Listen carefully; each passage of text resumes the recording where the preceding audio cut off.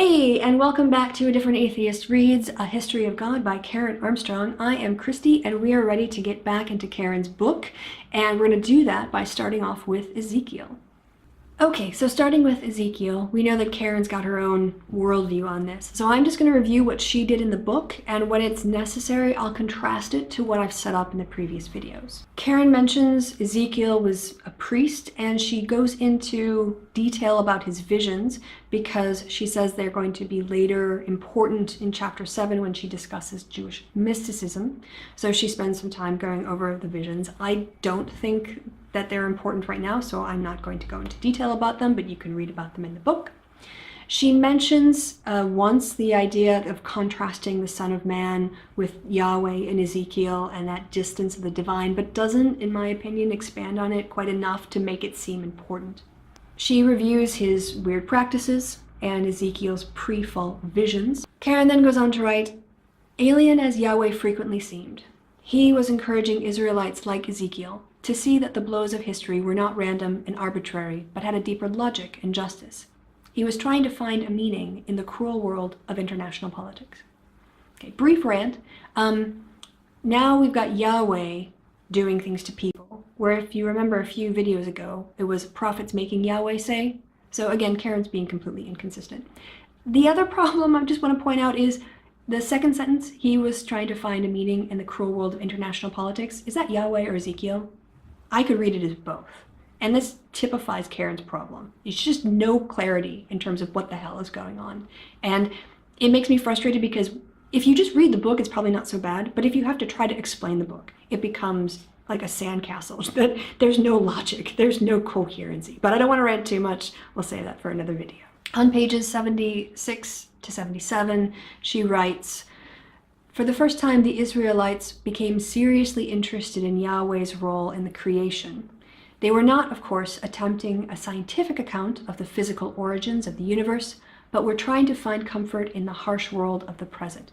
Here she's referring to the development of the priestly school writing Genesis 1:1.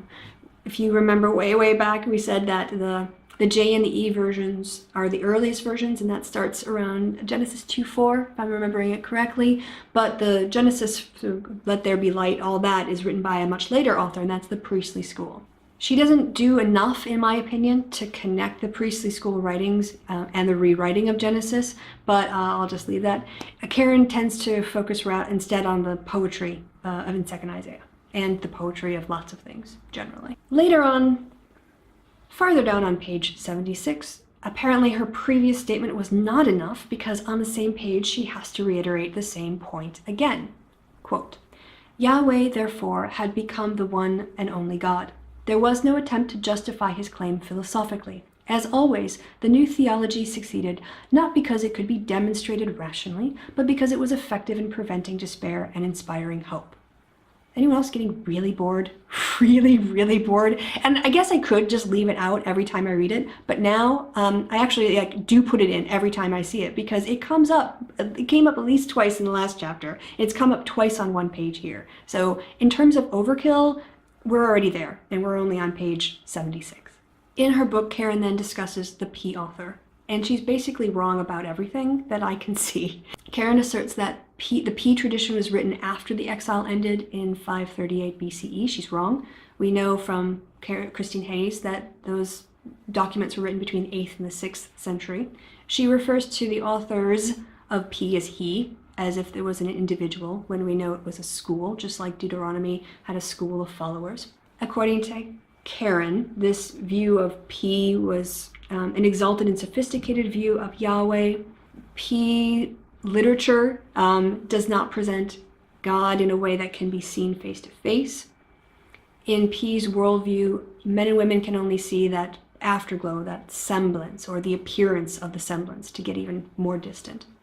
But the P documents show the glory of God filling the tent in Sinai, and also when meeting with Moses, again, as I pointed out in the last lecture, and that the glory of God dwelling in the temples. And we see, in 2nd Isaiah and in Ezekiel how these things are elevated out of those physical locations. Karen does do a little bit on the creation account, not as much as I would like, but she raises the idea that the world was natural, whereas Yahweh was divine. It is ordered and structured, and that humans in human life is the high point of the story. This reflects that priestly worldview. Karen then goes on and discusses a little bit about P and the role of the temple and things being taken literally and figuratively. She then wanders over to the idea of Jewish laws and ritual practices that are designed to make them distinctive from their pagan neighbors. Karen seems to attribute the changes in practices to creativity. So she says, quote, "Human nature could be sanctified when Israelites imitated God's creative actions by separating milk from meat, clean from unclean, and Sabbath from the rest of the week." Whereas Christine Hayes puts the emphasis on the transitional way that these practices replaced sacrifice and ritual practices in exile, Karen wants to make them out to be imitating God's creative actions, because again, to her, creativity and art and poetry is very meaningful, and so she sticks it in without evidence and without indicating that it's her opinion. But I'm getting a little more resentful toward Karen as we go along, and less trusting that she's a reliable source, as I pointed out now. So maybe should be less snarky. Karen then goes out of order, and she goes to Job first rather than Proverbs in terms of the wisdom literature. And she writes that after the exile, one of the survivors used this old legend to ask fundamental questions about the nature of God and his responsibility for the suffering of humanity. Kind of, but not really. I mean, she says, one of the survivors used this old legend, kind of leaving out the fact that yeah, they copied bits or wrote bits of it and then put in an entirely new section, and that the older tradition actually represented more of the Proverbs worldview, and that the exile was reacting against this and putting in a new version of what morality could look like, or should look like, or be conceived as. But no, she doesn't talk about that. According to Karen, the main theme of Job is that the intellect alone is not equipped to deal with imponderable matters. Intellectual sophistication must give way to a direct revelation from God, such as the prophets received. I guess I tend toward Christine Hayes' interpretation as being more reliable. Karen writes that during the 4th century, the Israelites came under the influence of Greek rationalism. And she also says that wisdom literature is a response to Greek rationalism. Quote, "The author of the book of Proverbs, who was writing in the 3rd century BCE, according to my favorite source, Wikipedia, it's nearly impossible to offer precise dates for the sayings in Proverbs because they do draw upon ancient traditions and ancient wisdoms. According to Wikipedia, part of Proverbs, bend your ear and hear the words of the wise, a large part of this can actually be linked back to an Egyptian work, the instructions of Emmenomenopotopote. This, I'm sorry, my Egyptian is terrible. So I'm just calling bullshit on Karen and her lack of scholarship and her lack of actually understanding what's going on. She's just wrong about this. Having gotten the timeline wrong and going back into going from the Greek, the influence of Greeks coming into Jewish thought, and then going wrong way back into time, back to Proverbs, she then goes back into a comparison of Jewish and Greek worldviews, and I'm going to leave it there because the next person up is Philo, and Philo definitely deserves like his own section.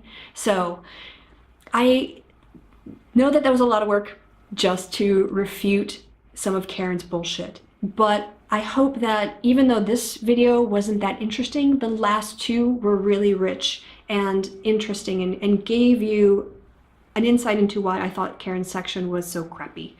Also, I didn't know how badly it was, how erroneous it was until I'd done the lecture series, and then I put my lecture series notes together and I went and put Karen's notes together and went, somebody's wrong, and it's probably not the person teaching at Yale. So, yeah, scholarship. Looking up things and keeping up with modern scholarship. If you want to write a book about the history of God, it's important. Okay, so we are now back into the normal cycle. I'm going to do a little bit of housekeeping, so you can go ahead and turn off the video if you're just interested in the book series. But if you're interested in my channel more generally, I have my 12 Days of Kristi video series up, and I did it for you guys. I did it just for my viewers. So you might not be interested in life in Germany and life in Cologne, but if you have time to kill, please do give it a view. It was a lot of fun. It's been part of the reason why this got delayed was because I've been filming for the 12 days and also for my new series on Get Smarter, and also because Karen correcting all of her mistakes is quite a lot of work. So this video is a little bit late, and that's because yesterday I was tired from filming and videoing. I stayed up and actually edited my New Year's Eve video until 3:30 in the morning, and then I think it was done processing around 5 in the morning my time, and I sent it off. So I was a little bit tired yesterday, a little bit hungover, and what goes on YouTube stays on YouTube, and I don't want to show up hungover on YouTube, so that's why this video is a bit delayed. I will put out, yeah, this one is coming out on Saturday. The one yesterday came out on Friday. So next week it'll be back to Thursdays when we get back into Philo. And is that about it? I think that's about it. So Happy New Year, and thank you for subscribing. I cleared 400, so I'm gonna owe you guys like another bonus video pretty soon. But I've been putting out a lot of videos, so I'm holding that one back until this current commitment series is done. Other than that, I will see you guys next Thursday. Thank you so much for your support and your comments and your views and your shares and anything else you do to engage with my content. It's really appreciated. I will have descriptions in the D box for all of the things that I talked about in this video and I think are relevant. There's the playlist on A History of God that has the videos that I use in a series that you can go and watch. So otherwise, I think that's about it. Thank you guys for watching. I've been Kristi, and you've been awesome. Bye.